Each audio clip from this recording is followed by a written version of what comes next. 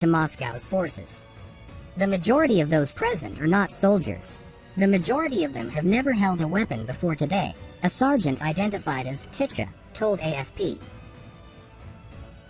Moscow has warned Western nations against intervening in its ex-Soviet neighbor, claiming that it invaded to denazify and demilitarize a country that had become too close to the West.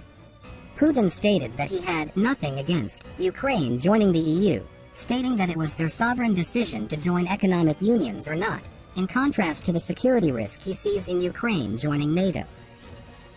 However, he stated that Ukraine's membership in the European Union would make it a semi-colony of the West. Putin also insisted that the Russian invasion was not to blame for global inflation and grain shortages. Instead, he blamed Western sanctions, which he claimed threatened starvation, primarily in the poorest countries. Moscow then intensified its pressure on its Western allies by drastically reducing natural gas flows in its pipelines to Western Europe, thereby driving up energy prices in regions dependent on Russian gas.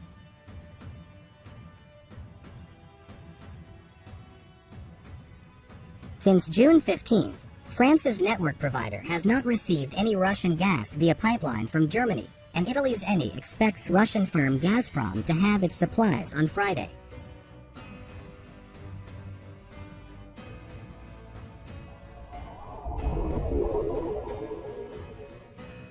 After its morale-boosting victory this year, Ukraine fought on another front for the right to host the Eurovision Song Contest the following year.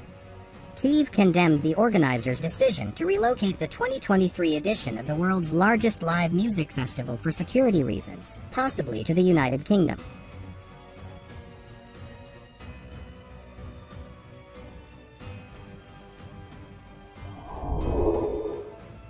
Culture Minister Alexander Tkachenko of Ukraine stated, "We will ask for a reversal of this decision because we believe we will be able to meet all of our obligations."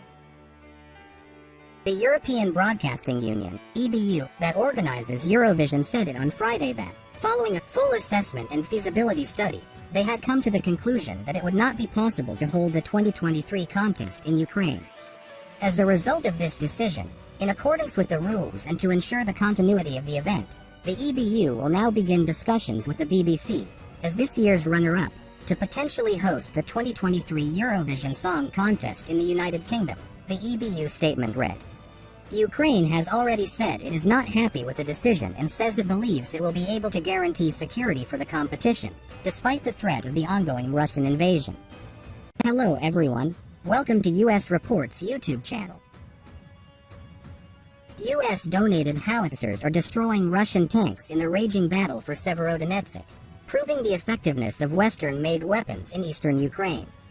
A video released by the Ukrainian military depicts artillery fire destroying a tank and 2 BMP infantry fighting vehicles from a distance of up to In the Luhansk region's eastern city of Severodonetsk, artillerymen of the 81st Air Mobile Brigade were operating the United States-donated, British-manufactured M777 howitzer. The United States has already donated more than 100 howitzers to Ukraine, and the latest $1 billion in military aid includes 18 additional howitzers, tactical vehicles to tow them, and ammunition.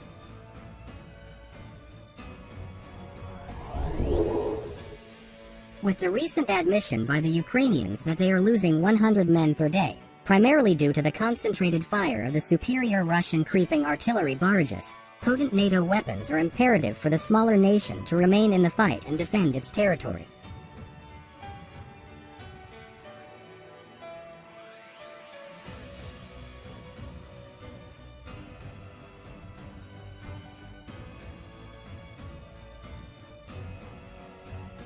In a separate video released by Ukrainian forces last month praising the much-beloved U.S. howitzers, the inscription, "From America with Love," is visible on the barrel of one M777. "My guys know the value of artillery," Commander-in-Chief of the Ukrainian Armed Forces Valery Zaluzhny said in the video description. When equipped with the M982S caliber precision-guided munition, the M777 has a maximum range of 25 miles and can hit a target within 10 yards. This range surpasses that of Russia's primary artillery systems, the 2S-19 self-propelled howitzer and the D-30 towed guns.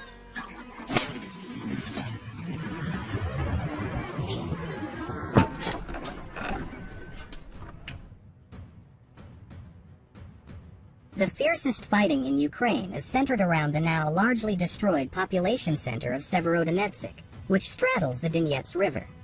Moscow has been attempting to seize the 100,000-person city for several weeks.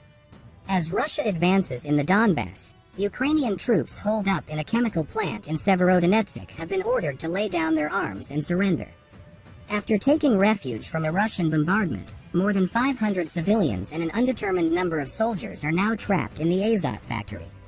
Now, the fiercest battles are occurring near Severodonetsk. The governor of the eastern Lugansk region, Sergei Gaidai, stated on Telegram that Russia does not have full control over the city.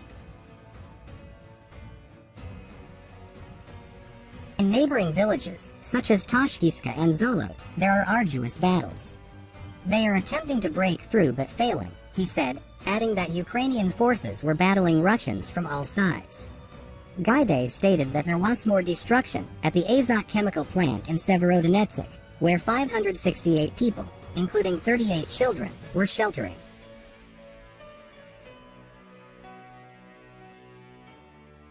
He also reported that Lysychansk, a Ukrainian-controlled city located across a river from Severodonetsk, is being heavily shelled.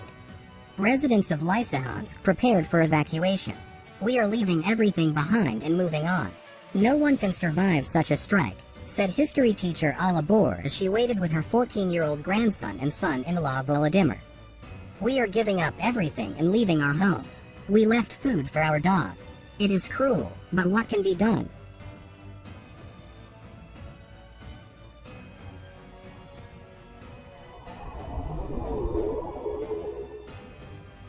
In light of the tense military situation in the east, Ukrainian President Volodymyr Zelensky hailed Brussels' support for Kyiv's EU bid as a historic achievement. On Friday, the European Commission led a powerful show of solidarity by endorsing Ukraine for EU candidate status, a move that could add Ukraine to the list of countries seeking membership as early as the following week. All 27 leaders must endorse Ukraine's candidacy at a Brussels summit next week, but the leaders of the bloc's three largest members, France, Germany, and Italy, gave their unequivocal support during a highly symbolic visit to Kyiv this week. Even though EU membership could be years away, Zelensky referred to the decision as a historic achievement and stated that it would certainly bring our victory closer against Russia.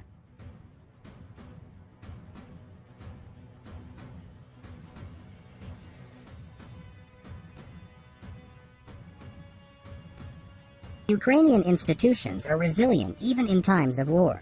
Zelensky said in a video address that democratic practices in Ukraine have not lost their potency. Friday, the president of the European Commission, Ursula von der Leyen, wore a striking outfit in the national colors of Ukraine, blue and yellow. "We are all aware that Ukrainians are willing to die for a European future," she stated. "We want them to live with us to fulfill the European dream."